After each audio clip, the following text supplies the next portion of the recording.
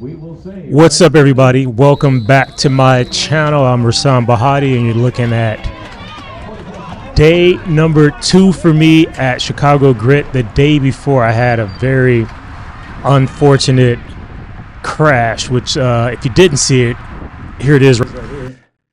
Yeah, so I'm not even sure what was going on through my mind right here, but I hit that planter, tried to clear it, didn't clear it. Here's another view of someone that was following me. My head was down for a second. I look up, I see cones, I try to avoid it, and then there was a little leprechaun in the bushes that grabbed me. Here's my rear view, and yeah, did not feel good, but I told you I got back up. And miraculously, I really didn't get hurt, so I thought. Got back in, got a neutral support wheel, and was able to finish the race and take a dub. My first race there, racing against a kind of a small field too, but some decent riders. So day number 2, I said it, do it with your chest. As I joke around with my old coach Mark Whitehead, my wrist hurt and my back, actually my shoulder more than my back, and I could hear coach in my ear, even though he's no longer with us, saying you don't pedal with your back, so get out there. So that's the reason I'm out here. New course, this Dorito shaped course.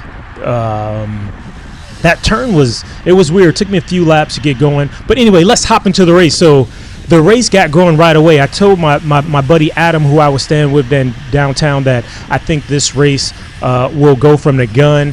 And I didn't listen to my own advice. It did. And so I'm kind of peeking around the corner here, trying to see what's going on. The field is kind of there. It's shattered, but the field is there. And the problem with this Masters field is that it's a very small, select group of riders that can ride at this tempo, and then it really drops off. So I'm trying to work my way towards the front here, but still have a little bit of confidence within the entire peloton that they're not going to just let 7-8 guys roll off the front. Well, I was exactly wrong, 100% wrong. So if you kind of pay attention to the corners here, you can kind of see where the group is. They're not that far. Yeah, I just started to work my way towards the front. Not feeling so hot, though. Legs were kind of shabby. My shoulder definitely hurt. And I'm second guessing if I should even be out there. So through this, that was the first lap. Through this area was a complete headwind, and I can see right here that the group was pretty content with just having this group roll away. So, I'm no punk, so I'm gonna give it a good try. I'm gonna give it a go, and I'm gonna try and get across to the break. And honestly, in my head, I'm like, I could do this, even though I'm not feeling so great. I can definitely do this. So here I am on the right-hand side. You can see the watts are starting to go up, the speed's starting to go up. And look, that's not the front group right in front of me. That is a group chasing the front group, and I'm going to do my best to get to them. I made a huge mistake right here. So I'm in my bottom gear, and I didn't shift back up. So I scrubbed so much speed, 30-plus miles an hour down to 17 miles an hour, and it took me forever to get back on the gear, and it really zapped my legs. I was I started to get a little bloated right here, but I'm still trying to get across. That's David Richter right in front of me. So that's my teammate, current 50-plus national criterium champion. We are racing together. Kit looks completely different, so oftentimes people forget that we are teammates. He's giving it a good go to try to get across to this group right here, which we do get across to. However, there are more riders in front of this group, and they're about, let's see, you can see them if you look ahead. They just turned the corner, so 1 1,000, 2 1,000, 3 1,000, 4 1,000, 5 1,000, 6 1,000, about 9 seconds in front of us, which doesn't seem like a big deal. But it's a big deal when you have a group of riders up there that do not want me in there, that do not want David Richter in there, and some other riders. So when you have a group like that that's motivated to stay off the front, it's going to be very tough when you get a group that I'm in that only has about 2 or 3 riders that are willing and able to ride. So I give it one more try. I had no idea what was really going on behind me. I thought the entire group would follow me here, which would have been very, very pivotal, because as the group stays together, we get to motivate each other. But when it's just me and this idiot behind me, nothing's going to happen. Shout out to Marco, who just bridged across right there. That's rider number 3 right behind me. He's a guy I just met in Indy. Really solid guy. I like his energy. I like the way he races hard.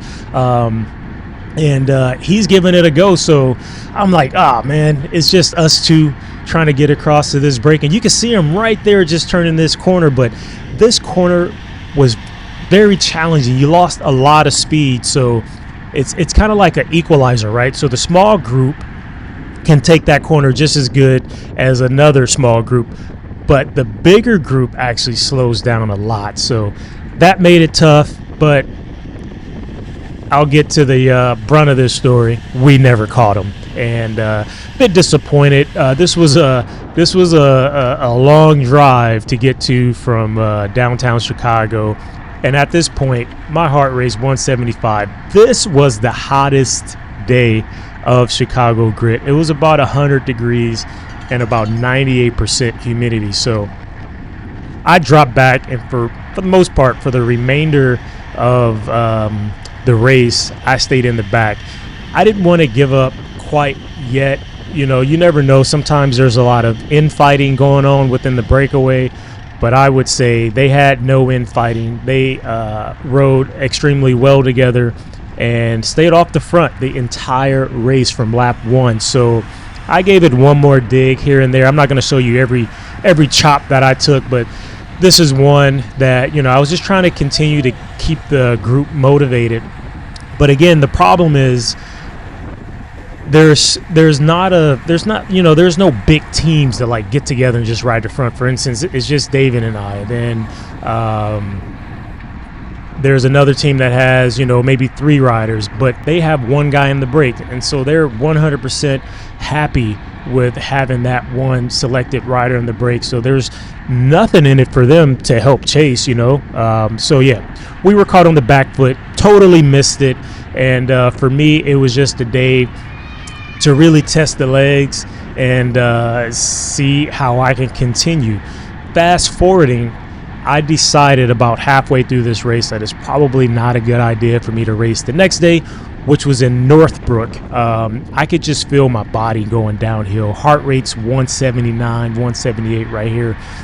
Almost 30 miles an hour into the headwind and not really putting a dent into that breakaway. So, I just had to get to the point where I had to say, look, you know what? You missed out. You knew what was going to happen. You didn't do the right things to make sure that you were in that group. So you got to just, you know, take your wins when you can and take your losses when you have them. So, yeah, that was pretty much my last pull of the day, and I decided to go back to the back of the field.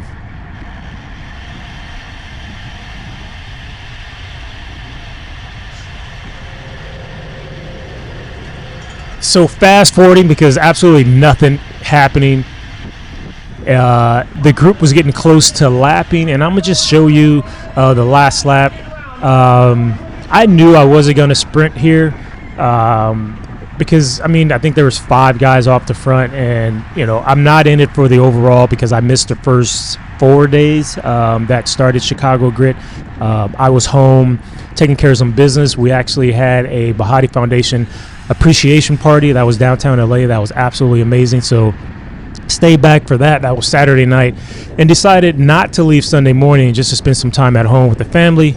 And then I left Monday, flew straight into Indianapolis, picked up my van at the Indy airport, and drove 3.5 hours straight to Lombard, where I had that accident. Straight out of the car, straight onto the ground, straight onto the podium. So what a day. But yeah, so here I am. The group is going. They were going fast, and they decided to go slow. So I was like, maybe I should. And that's one thing as a sprinter, if I can give you any advice. When you know you're gonna sprint, know you're gonna sprint. Don't be, what's the saying? Like, you can't be half pregnant. And I think this was just me not being mentally all the way into it with the injuries and everything. I was half pregnant here, right? I was kind of like, maybe I'll sprint. No, I don't want to sprint. Maybe I'll sprint. Oh, well, I'm here now. I'm wheel number 3. Maybe I should take off right here. Nah, legs don't feel so good. I'll slide back in. So I was not just in the right headspace. So right here, just to mess with the idiot behind me, I decided to just race to the corner as if I was going to sprint. Pop, in the saddle. I was kind of happy with this 1200 watts in the saddle, 31 miles an hour. And then I decided to just sit up. I was hoping the guy right there on the left would win the field sprint. He came out of his pedals, dun dun dun. And then you saw the guy try to chop my wheel. Anyway, I'm safe. I had a good time, even though I was suffering out there. Super hot day.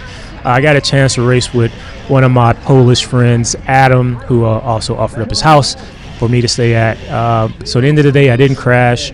I got some miles in. And yeah, thanks for watching. Remember to share and subscribe, baby.